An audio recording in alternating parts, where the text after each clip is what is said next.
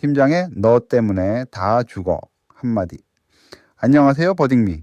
당신이 판사라면 입니다. 오늘은 정말 많은 분들이 공감하실 수밖에 없는 사건을 가져왔어요. 직장 상사의 말 한마디, 그것도 무려 4개월 동안 47번이나 반복된 폭언. 너 같은 쓰레기를 왜 뽑았는지 모르겠다. 너 때문에 다 죽어.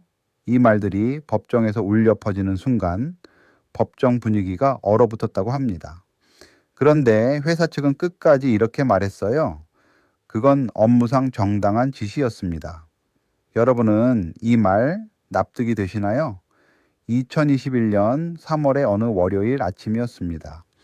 광고 대행사에 다니는 3년차 대리 김민지, 29살. 입사 이후 연속으로 우수사원 표창을 받을 만큼 성실하던 그녀였어요. 그날 회의실에 들어섰을 때만 해도 그저 평범한 주간 회의겠거니 했겠죠. 그런데 팀장 박성호, 45살. 그가 기획서를 들여다보더니 이렇게 말했습니다. 이 정도 기획서를 3년 차가 내? 너 대학은 어디 나왔다고 했지? 아, 지방대였지. 이래서 학벌이 중요한 거야. 동료 5명이 다 지켜보는 앞에서였어요. 민지는 고개를 들 수 없었습니다. 그날 이후 박 팀장의 이른바 지도는 일상이 됐어요.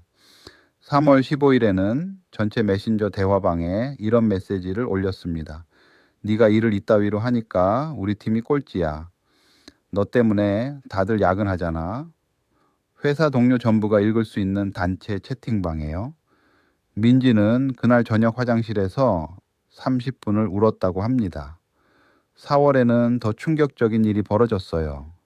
민지가 제출한 보고서를 보던 박 팀장이 이딴 걸 보고서라고 내?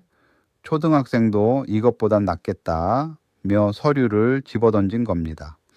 A사 용지가 민지의 얼굴을 스쳤어요.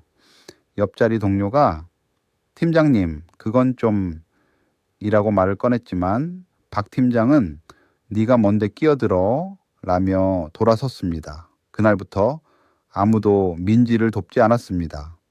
5월 민지는 결국 정신과 문을 두드렸어요. 진단 결과는 중등도 우울증과 불안장애.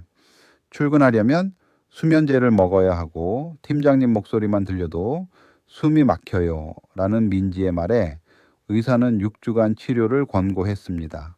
하지만 민지는 병가를 낼 수가 없었어요. 박 팀장이 이미 말해놨거든요. 아프다고? 그럼 사표 써. 6월 들어 박 팀장은 민지에게만 주말 출근을 지시하고 다른 팀원들의 업무까지 떠넘기기 시작했어요. 6월 18일 토요일 사무실에 홀로 남아 밤 9시까지 일하던 민지는 그날 스마트폰 녹음 버튼을 눌렀습니다. 그리고 7월 5일 박 팀장은 고객사 미팅 실패를 민지 탓으로 돌리며 이렇게 소리쳤죠. 너 같은 쓰레기를 왜 뽑았는지 모르겠다. 네가 있으면 팀 분위기가 다 망가져. 알아서 나가든가 아니면 내가 쫓아낼 거야. 스마트폰은 모든 것을 기록하고 있었습니다. 민지는 노무사 사무실 문을 두드렸고 7월 12일 회사 인사팀에 직장 내 괴롭힘 신고서를 제출했어요. 그런데 인사팀장의 대답은 충격적이었습니다. 팀 내 문제는 팀 내에서 해결하라. 신고서를 그대로 돌려보낸 거예요.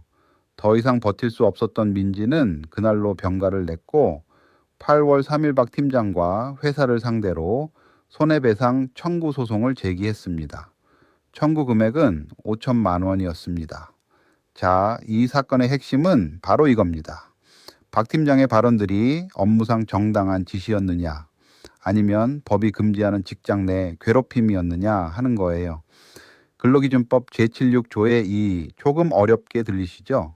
쉽게 말하면 이런 거예요. 직장에서 나보다 높은 사람이 자기 지위를 이용해서 업무와 상관없이 상대방을 신체적으로나 정신적으로 괴롭히면 그건 불법이다. 이게 바로 직장 내 괴롭힘 금지 조항입니다. 핵심은 업무상 적정 범위를 넘었느냐는 건데요. 가르치는 게 아니라 인격을 짓밟은 거라면 그건 지도가 아니라 괴롭힘이라는 거죠. 우리 모두가 일하면서 한 번쯤 겪거나 옆에서 목격했을 수 있는 바로 그 상황입니다. 먼저 민지 쪽 이야기를 들어볼게요. 민지는 4개월 동안 총 47회, 이게 그냥 두세 번 있었던 일이 아니에요. 거의 매일이었던 거죠. 그 발언들 중에는 업무 지적이라고 볼 수 없는 내용이 가득했습니다. 지방대 쓰레기 너 때문에 다 죽어. 이게 업무 개선을 위한 말일까요? 거기다 인사팀에 정식으로 신고했는데도 회사는 조사조차 하지 않았어요. 그 결과 민지는 중등도 우울증과 불안장애 진단을 받았고 퇴사 후에도 PTSD 증상이 남아 재취업조차 못하고 있다고 합니다. 반면 박 팀장과 회사 쪽 이야기도 들어볼게요. 회사 측 변호사는 이렇게 주장했습니다. 민지의 업무 성과가 팀 평균에 비해 현저히 낮았고 고객사 미팅에서도 여러 차례 실수가 있었다고요. 표현이 다소 거칠었을 수 있지만 그건 어디까지나 업무 개선을 위한 진심 어린 지도였다는 거죠. 주말 근무도 민지가 평일에 업무를 마치지 못해서 불가피했던 것이고 다른 직원들도 필요할 땐 주말 근무를 했다고 주장했습니다. 회사 또한 내부 규정에 따라 신고를 접수했으나 민지가 일방적으로 병가를 내버렸다고 항변했고요. 자, 여러분은 어느 쪽 손을 들어주시겠습니까? 이건 단순히 상사가 좀 화를 낸 것일까요? 아니면 한 사람의 삶을 무너뜨린 명백한 범죄일까요?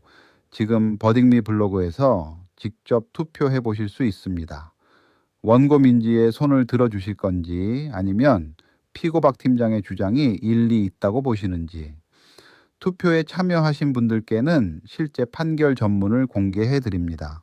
과연 법원은 어떤 결정을 내렸을까요? 지금 바로 참여해 보세요. 결과가 꽤 놀라우실 수 있습니다. 자, 드디어 실제 판사는 어떤 결정을 내렸을까요? 2022년 11월 14일 판결 선고일. 민지는 법정에 섰고 판사는 판결문을 읽기 시작했습니다. 피고 박성호는 원고에게 3천만 원을, 피고 회사는 원고에게 1,500만 원을 지급하라. 민지는 그 자리에서 주저앉았다고 합니다. 재판부는 녹음 기록 47건을 하나하나 세밀하게 분석했어요. 쓰레기, 지방대, 너 때문에 다 죽어라는 표현들은 업무 개선과 아무런 관련이 없는 인격 모독이라고 판단했습니다. 특히 동료들 앞에서 반복적으로 이루어졌다는 점, 메신저 단체방에 공개적으로 망신을 줬다는 점을 법원은 매우 심각하게 봤어요. 업무상 지시라 하더라도 인격권을 침해할 수 없다는 원칙을 법원은 명확히 한 겁니다.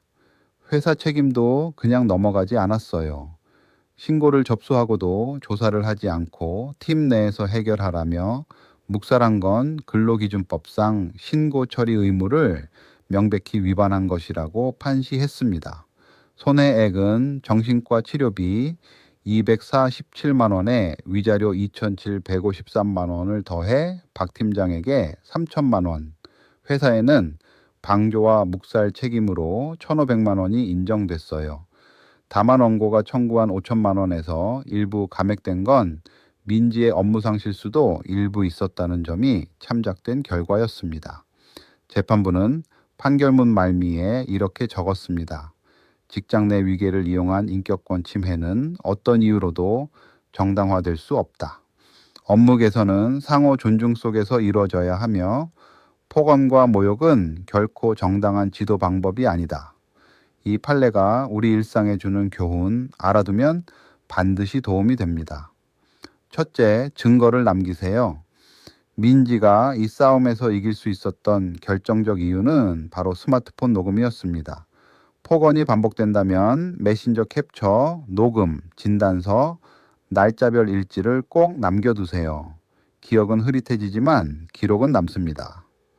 둘째, 회사 내부 신고만 믿지 마세요. 회사가 신고를 묵살하면 고용노동부에 직접 신고할 수 있습니다.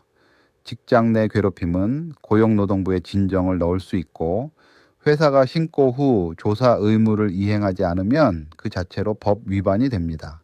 셋째, 정신과 진단서는 선택이 아닌 필수입니다. 괴로움을 참고 버티는 것이 미덕이 아니에요.